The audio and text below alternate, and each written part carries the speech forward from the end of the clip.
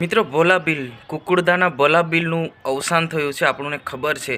પરંતુ આપણે એ ના જાણતા હોય કે બોલાબિલનું અવસાન શાના કારણે થયું છે. શું કોઈ અન્ય કારણ છે કે બોલાબિલની એટલી લોકચાહના છે, મોટા મોટા સેલિબ્રેશન કલાકારો છે, એમની એટલી લોકચાહના નહીં, એટલી બોલાબિલની લોકચાહના છે. લોકો એમને ખૂબ ચાહે છે. તો એમની પાસેનું એમનું જે 2 દિવસ પહેલાં કોઈ કારણસર મૃત્યુ થયું છે. પણ કેમ થયું છે કદાચ તમે ના જાણતા હોય તો સાચું જાણવા માંગતા હોય તો આ ચેનલને છેલ્લે સુધી જોજો, અને નવા હો તો સબસ્ક્રાઈબ કરીને તમામ વોટ્સઅપ ગ્રુપમાં શેર કરતા જજો. કેમ કે આપણી જે આ ચેનલ પર વિડીયો આવી રહ્યા છે, તમામ વિડીયો આપણે ખૂબ મહેનતથી બનાવતા હોય છે. અમે પણ મહેનતથી બનાવીએ છીએ તમારા માટે, અને દરરોજ બનાવીએ છીએ. કેમ કદાચ તમારા સુધી જે સમાચાર છે એ પહોંચે, એના કારણે પણ અમે ફેસ વિડીયો ના બનાવતા હોય તો વોઇસના માધ્યમથી પણ તમારી સુધી સમાચાર પહોંચાડવાનો અમે કોશિશ કરતા હોય છે. તો આપણે ટાઈમ નથી બગાડતા, આપણે જાણી લઈએ બોલાબિલનું જે મૃત્યુ થયું છે, જે 2 દિવસ પહેલાં. લોકો કહે છે કે ઝેરીલી દવા પીને પોતાનું જે જીવન છે જે ટૂંકાવ્યું છે.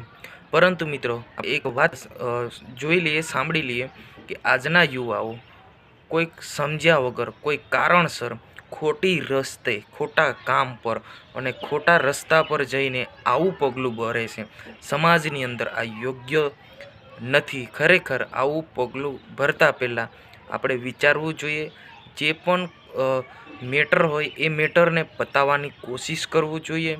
કેમ કે એમનું કંઈકનું કંઈક રસ્તો, કંઈકનું કંઈક કારણ હોય છે, પરંતુ એમનું નીકળવાનું અથવા એ પતાવવાનું આપણે કામ કરવાનું હોય છે, ના કે આવું ઝેરીલી દવા, આવું જે પગલું ભરીને પોતાનું જીવન ગુમાવવું. એ મિત્રો દુઃખની વાત છે. કેમ કે આ ભગવાને આપણને જીવવા માટે જિંદગી આપી છે, તો ખરેખર જીવવું જોઈએ, ના કે કોઈ ખરાબ કામ કે કોઈ અન્ય કારણસર આપણે એ પોતાનું જીવન છે એ ટૂંકાવતા હોય છે. તો એવું વાત આપણને જોવા મળી છે કે ઝેરીલી દવા પીને પોતાનું જે જીવન છે એ ટૂંકાવ્યું છે. જી હા મિત્રો, પરંતુ ખરેખર એમની લોકચાહના છે ને ખૂબ જ છે, અને મોટા મોટા કલાકારો કે સેલિબ્રેશન ના હોય એટલે એમની લોકચાહના છે. તમે જોયું વિડીયોની અંદર મિત્રો, તમે સમજ્યા હશો કે મેં તમને એક સ્ટોરીના માધ્યમથી જે કીધું છે કે ભાઈ આવું પગલું ના ભરવું જોઈએ. કેમ કે આવું પગલું ભરવાથી ઘરના તેમજ કુટુંબ ખૂબ જ દુઃખીમાં હોય છે.